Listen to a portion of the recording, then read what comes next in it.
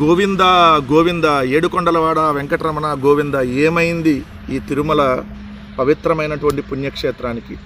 దాదాపుగా 21 నెలలుగా శ్రీవారి ప్రతిష్ట రోజు రోజుకి దిగజార్చేలాగా చంద్రబాబు నాయుడు గారి కూటమి ప్రభుత్వం వ్యవహరిస్తున్నటువంటి తీరు. తిరుమల లడ్డులో ఎటువంటి కల్తీ కలవకపోయినా గొడ్డు కొవ్వని, పంది కొవ్వని, ఏదైతే చేప నూనెని, అదేవిధంగా బాత్రూంలో యాసిడ్తో లడ్డులు తయారు చేసి దేవుడికి పెట్టారని ఇన్ని రకాలుగా దుర్మార్గంగా ఉన్మాదుల్లాగా మాట్లాడినటువంటి ఈ కూటమి ప్రభుత్వం ఏదైతే ఇందాపూర్ డైరీ పేరుతో హెరిటేజ్ సంబంధించినటువంటి నెయ్యిని ఏదైతే సప్లై చేస్తూ అడ్డగోలు రేట్లకి సప్లై చేస్తూ అధిక ధరకి కోట్లాది రూపాయలు దోచుకున్నటువంటి వైన ఇంకోవైపు ఏదైతే తిరుమలలో గోవులు చనిపోవటం, తిరుమలలో అన్యమత ప్రచారానికి సంబంధించినటువంటి ఆ సింబల్స్ని అమ్మటం, తిరుమలలో బిర్యానీ తినటం, తిరుమలలో మద్యం దొరకటం, ఏదైతే తిరుమలలో ఏదైతే పవిత్రతని రోజు రోజుకు దిగదార్చేలాగా అక్కడ ఉన్నటువంటి పాలకులు వ్యవహరించటం, సాక్షాత్తు టీటీడీ చైర్మన్ అక్రమ సంబంధాలు, రంకు బొంకు వ్యవహారాలన్నీ బయటికి రావటం, తిరుమల 7 కొండల పక్కన ఇంకొక చెత్త కొండ ఉంది, పిచ్చి కొండ ఉందని చెప్పి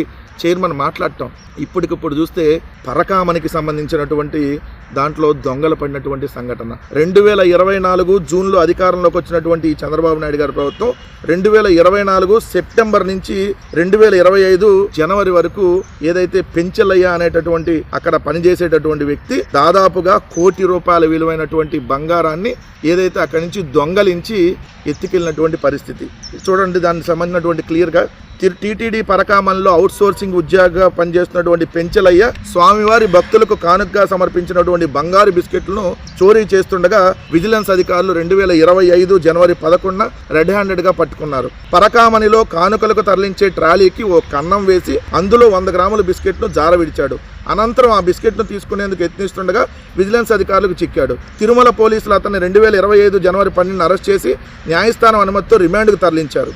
తర్వాత విచారణ జరిగిన తర్వాత ఆయన 2024 సెప్టెంబర్ నుంచి ఇలా దొంగతనాలు చేస్తున్నాడని దాదాపు 4 నెలల్లో ₹1 కోటి విలువైనటువంటి బంగారం, వెండిని అతను దొంగతనం చేసి కొన్ని బంగారు దుకాణాల్లో అమ్మేసి వాళ్ళ నుంచి మళ్ళీ అక్కడి నుంచే ఏదైతే ఆర్నమెంట్స్ రూపంలో కొనుగోలు చేశాడంట.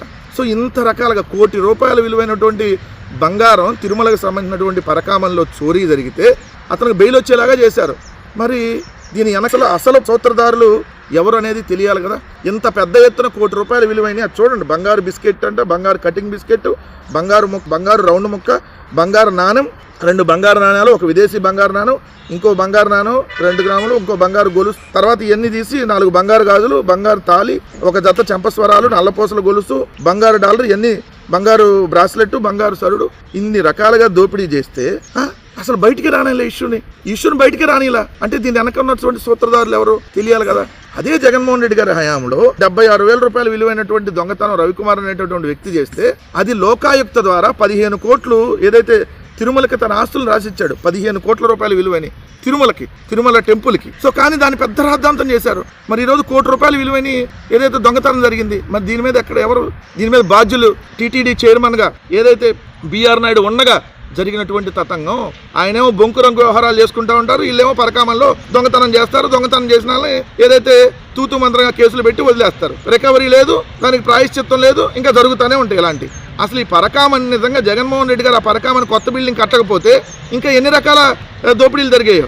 జగన్ గారు అధికారంలో ఉన్నప్పుడు కొత్త పరకామని సంబంధించి ఒక బిల్డింగ్ కట్టారు 28 సెప్టెంబర్ 2022 23 కోట్ల వ్యయంతో. సీసీటీవీలు, అట్లా విధంగా స్ట్రాంగ్ రూమ్లు, అదేవిధంగా సీసీటీవీ నిఘాలో ఉండేటట్టుగా మన అన్నప్రసాదం కాంప్లెక్స్ ఎదురుగా కొత్తది అది కట్టబట్టి అక్కడ ఆ సీసీ కెమెరాలు ఉండబట్టి కనీసం కొంతన్నా బయటకు వస్తుంది ఇన్ఫర్మేషన్. లేదంటే ఇంకెన్ని రకాలు జరిగేదు. సో దీని వెనక పరకామనిలో బిఆర్ నాయుడు చైర్మన్గా ఉండగా, చంద్రబాబు నాయుడు గారు ముఖ్యమంత్రిగా ఉండగా ₹1 కోటి విలువైనటువంటిది దొంగతనం జరిగింది. దీని వెనక అసలు సూత్రధారులు ఎవరు? ₹1 కోటి దొంగతనం ఒక సామాన్య అవుట్సోర్సింగ్ ఉద్యోగి చేయగలుగుతాడా? ఇంకా వెనక పెద్దల హస్తం లేకుండా ఖచ్చితంగా దీని మీద విచారణ జరగాలి. దీని మీద హైకోర్టు సిట్టింగ్ జడ్జితో కానీ, అదేవిధంగా లేదంటే సిబిఐ ఎంక్వైరీ కానీ, లేదంటే సుప్రీంకోర్టు ఏదైతే రిటైర్డ్ జడ్జితో కానీ ఖచ్చితంగా దీని మీద ఎంక్వైరీ చేయాలని చెప్పి వైఎస్ఆర్ కాంగ్రెస్ పార్టీ డిమాండ్ చేస్తా ఉంది.